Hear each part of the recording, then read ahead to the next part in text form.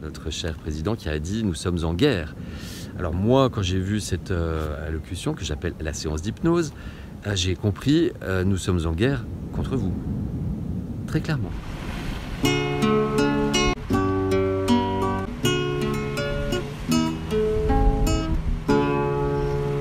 petits passages. Bonjour à tous, bienvenue sur la chaîne des petits passages. Aujourd'hui, j'aimerais vous proposer une vidéo sur l'importance des mots, le poids des mots. J'avais fait une vidéo dont le titre était « Ne cédons pas à l'émotionnel ». On est dans une époque de l'immédiateté, tout doit aller très vite et en fait on ne réfléchit plus, on agit sur l'émotionnel et on perd souvent le sens des choses, le sens du bon sens et le sens des mots. La méthode simple pour créer un autre monde, c'est également une conférence que je vous propose au gré de mes déplacements. Toutes les infos sont en description. Pour bénéficier de l'ensemble de mon message, restez bien jusqu'à la fin de la vidéo et si elle vous aura semblé pertinente, merci de la partager, de la commenter et de vous abonner à la chaîne. Semons des graines ensemble. Passage. Alors tout d'abord, il y a l'aspect, alors je regarde ma petite feuille, j'avais préparé 2-3 trucs, la connotation que peuvent avoir certains mots. Je prends l'exemple, vous dites humanitaire. Je fais de l'humanitaire. Quelqu'un vous dit je fais de l'humanitaire. Ah, c'est forcément bien, c'est Mère Teresa. Si vous creusez la question, vous vous renseignez un petit peu sur ce qu'est l'humanitaire, vous vous rendez compte que c'est pas forcément toujours si bien. Il y a énormément de choses qui sont à la limite même de l'éthique. Donc je ne vais pas forcément entrer dans le détail dans cette vidéo, c'est pas le sujet. Mais voilà, c'est pas forcément que bien.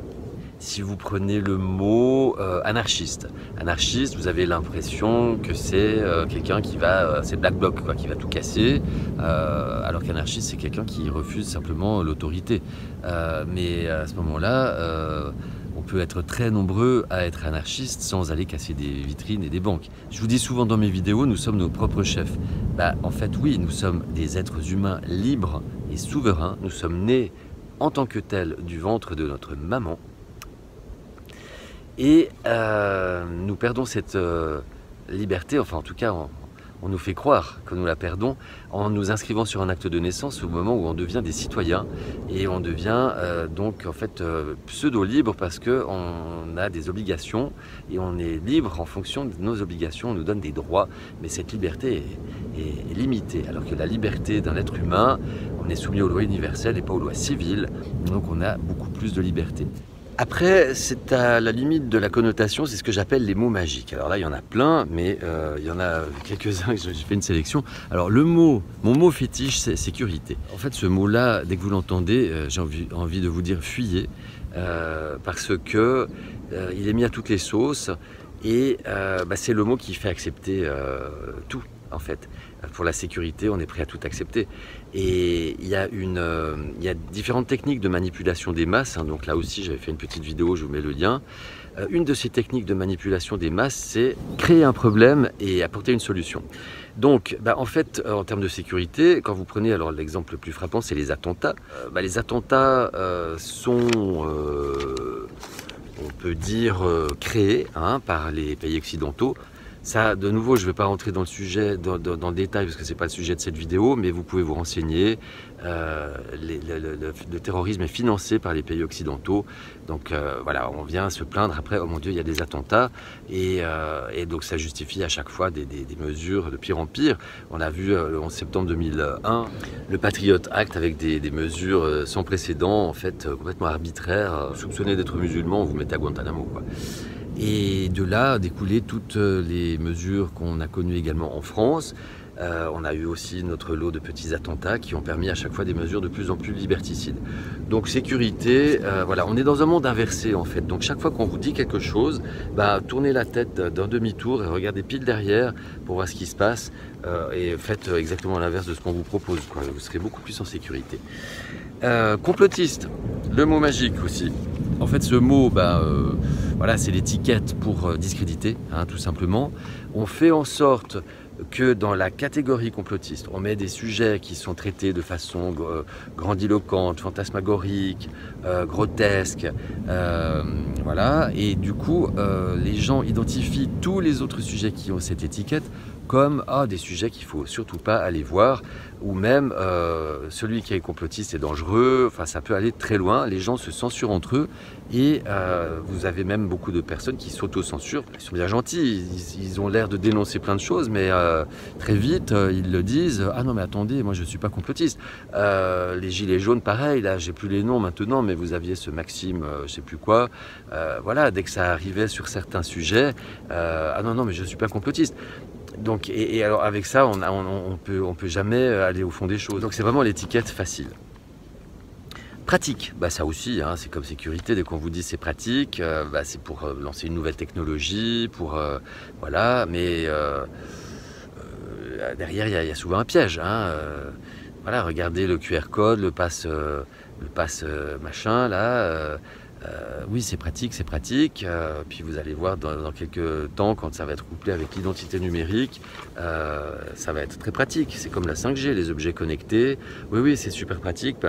Vous allez voir, Philippe Guillemont l'explique très bien, l'importance de la 5G, des objets connectés. En fait, ils deviennent tous des mini-relais pour la 5G. Donc pratique, méfiez-vous aussi. Il faut savoir aussi sortir de sa zone de confort et renoncer à un certain côté pratique.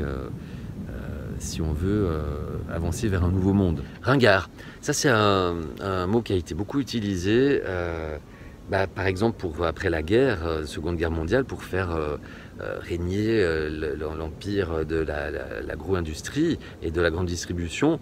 On a fait passer toute la paysannerie, toute l'ancienne manière de consommer et de la façon de la ménagère moyenne était ringarde à laver son linge à la rivière. Enfin voilà, il fallait des robots dans la cuisine, des cuisinières, des lave-linges. Alors je critique pas le lave-linge, Dieu merci, il est bien utile. Mais a-t-on besoin d'un lave-linge pour chacun d'entre nous? Est-ce qu'on pourrait pas le mutualiser? Ça c'est l'objet d'une autre vidéo, je vous fais un petit clin d'œil, je vous mets le lien aussi. Les énergies vertes, mais seulement chez nous. Donc en ridiculisant une certaine façon de vivre, on peut proposer une autre façon sous un jour beaucoup plus joyeux, pratique et lucratif. Passage. Après, nous avons la sémantique. Ça veut dire l'importance des mots. On l'a vu en préambule, on ne réfléchit plus, on agit sur l'émotionnel, donc on ne regarde plus l'importance des mots. Mais j'ai quelques exemples qui me sont venus pour illustrer cette importance des mots. Quand on a le pass vaccinal qui a été suspendu, mais quand vous demandez aux gens, en fait, ils ont compris que ça avait été arrêté, que ça avait été annulé. Mais suspendu, ça ne veut pas dire annulé, ça veut juste dire mis en suspens jusqu'à nouvel ordre.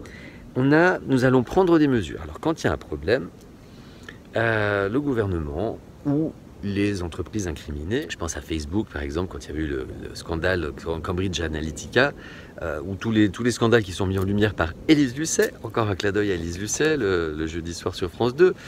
Le lendemain ou le surlendemain, nous avons les entreprises épinglées qui disent « nous allons prendre des mesures » ou « nous nous engageons à prendre des mesures ». Ou alors le gouvernement qui nous dit « ah oui, nous allons commander un rapport ». Et en fait, ça rassure tout le monde. Les gens entendent ça, ils sont rassurés. Ensuite, les réseaux sociaux, les séries Netflix, le flot de l'information, le flot de la vie et tout ça, 2 jours après, on a oublié. Mais en même temps, quand vous avez un rapport qui est commandé, c'est pas du tout l'équivalent d'une loi. C'est juste un rapport. D'où va peut-être découler une loi. Et là aussi, je vous rappelle qu'une loi, pour être effective, elle doit faire l'objet d'un décret.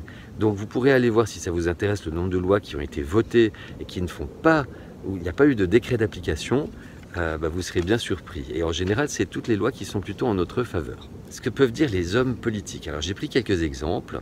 On avait François Hollande qui avait dit « le changement, c'est maintenant ». Donc on avait compris, moi je suis tombé dans le piège aussi, le changement, c'est maintenant dans le sens, on va enfin arrêter de vous prendre pour des idiots et vous allez voir, la politique va enfin prendre en compte l'intérêt général. Et on a vu ce qui s'est passé. En fait, ce brave homme qui nous a vendu une politique de gauche, en fait, a fait une politique de droite.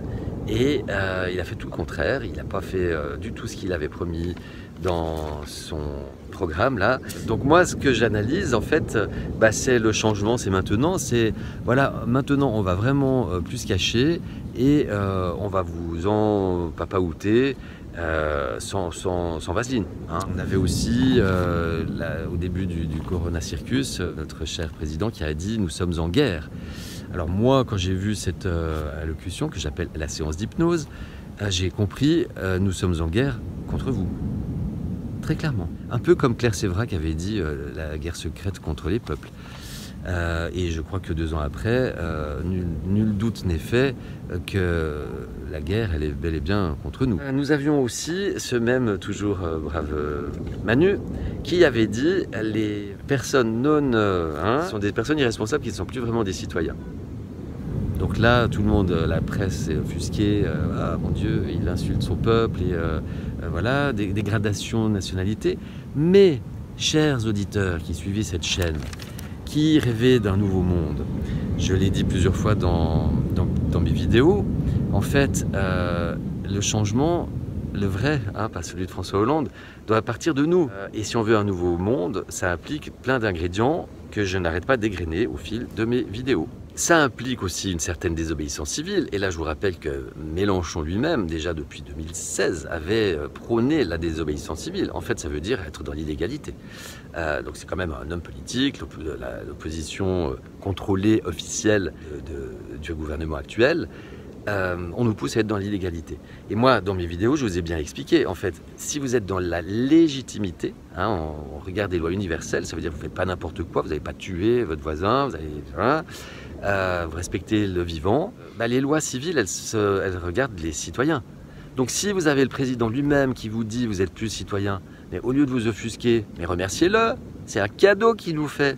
C'est un cadeau, Manu. Merci, moi j'ai envie de lui écrire en lui disant mais merci. Parce que du coup, on n'est plus dans l'illégalité. Moi je ne me suis pas gêné d'écrire aux impôts, je leur devais une petite somme de la part professionnelle, j'étais prêt à la payer. Je leur ai écrit en leur disant écoutez, moi j'aurais été ravi de vous payer cette somme, mais elle s'adressait à un citoyen. En l'occurrence, je ne le suis pas puisque je ne suis pas V. Donc voilà, écoutez, cette créance est nulle et non avenue. Merci, plaisir. Passage.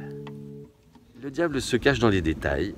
Au lieu de vouloir lire entre les lignes, je pense qu'il suffit juste de lire déjà toutes les lignes et d'écouter tous les mots qui sont dits par les personnes qui pensent avoir de l'autorité sur nous. Mais là, je vous le dis, je vous le rappelle, en fait, n'est manipulé que celui qui n'est manipulable.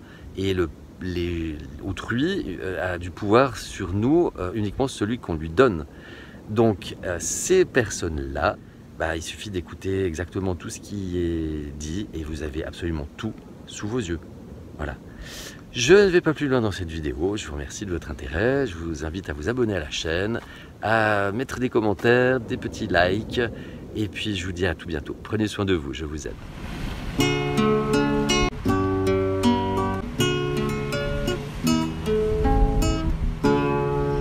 Les petits passages.